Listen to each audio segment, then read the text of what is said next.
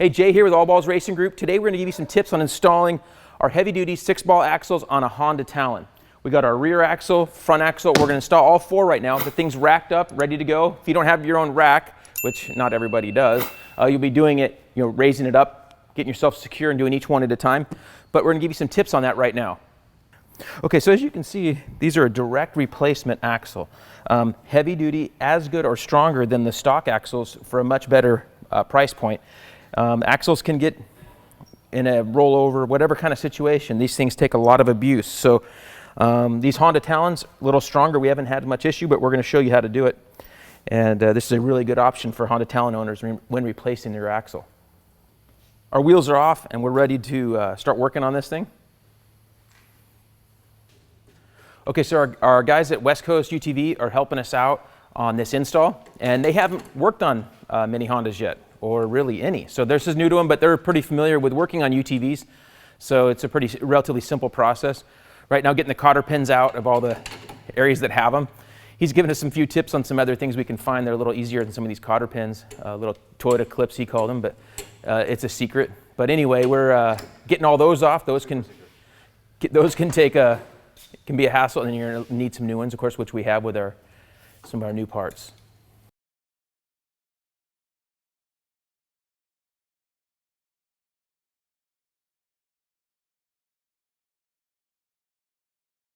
So we're removing the lower tie rod in. We got the nut off, ready to take this off right now to get full access. So we removed the main axle nut, have it off. Now we're ready to drop it down, and our axle should be ready to come out. So we're going to pull the axle out, and we know from past experience with the guy that owns the car here has said that the oil leaks out of the front diff here. So we're going to try to do it quickly so we don't lose as much oil.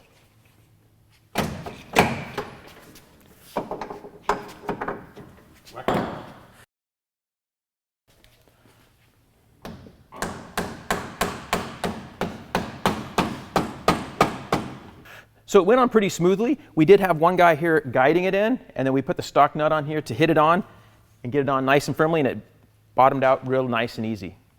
So the guys at West Coast UTV have a good little system to tighten down the axle nut. This one's supposed to go to 101 pounds of torque, and they put the lugs on and they kind of brace it, and that way they can get it properly torqued. With the crowbar on here and our assistant here bracing it against the steel of the rack, we're able to not damage the threads at all right here while we tighten this up and get it lined up for the cotter pin. So with the caliper on, if you don't have the ability to do this kind of setup, you could have a buddy hop in the car, hold the brakes on, and accomplish the same thing.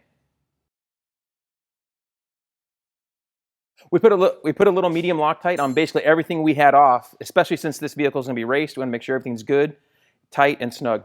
Okay, so we're starting on the rear, a lot like the front, but there's a lot of preload and pressure on it. So went ahead and took out the lower shock mount to drop this. So now we can get these bolts out here. We already got our axle bolts out. We're ready to get all these other bolts that we need to get out now. Okay, so we've removed the radius rods. We've kept them hooked up to the vehicle on this side of the vehicle and just removed those. The caliper has been removed, and even the little bolt here that holds the hose. And now we are completely ready to get to our axle. And we still have this. We were able to put a screwdriver through the lower shock mount to keep all this in place and not be dragging on the ground or anything getting scratched up. So now we're ready to pull our axle out. On the rear ones, the oil doesn't run out like it does in the front, so you don't have to be quite as worried about being as quick. So one of the little tricks on this little clip here, this little C-clip, see how it moves like this? They like to have that facing down, 100% down, so that when it's going in, it isn't fighting you as bad. If it's down here, this little part's going to catch. Gravity's pushing it, holding it down. So this way we want it all the way like so when you're putting it in place.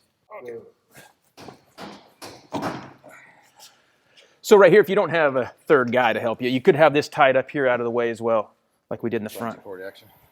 Got some more blue Loctite on all the bolts we took off as we're putting them back on. And we're going to be ready to torque our axle nut here soon. Okay, so now we've tightened our lower shock bolt. We've got Loctite on it as well. We're going to wait on the sway bar until we finish the other side so it still can hang down a bit.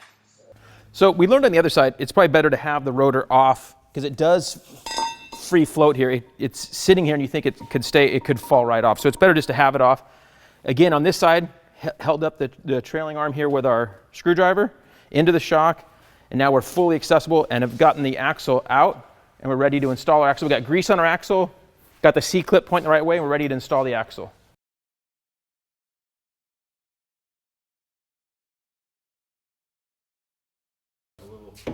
Yeah.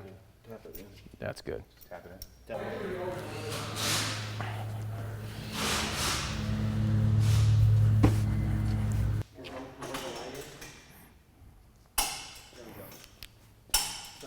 With the paint pen, our guys here at West Coast UTV, they mark everything. So it's a good way to double check that you've tightened everything.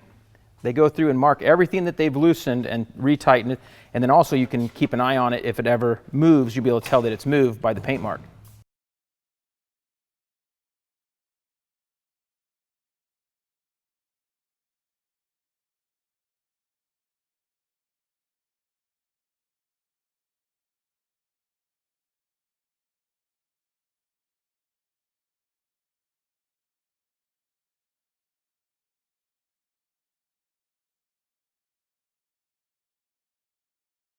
We got our all balls axles installed on all 4 sides of this Talon now.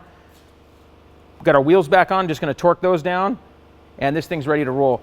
Fairly simple process. What we all kind of agreed that having a lift is like 10 times, 100 times better or whatever. So if you got a buddy, uncle, friend, whatever with a lift that you can get it up on here, it makes it a lot easier because you're able to keep a lot more things connected and have that big distance. You can drop everything to get in there and install. You don't have to take as many parts off when you have it this high.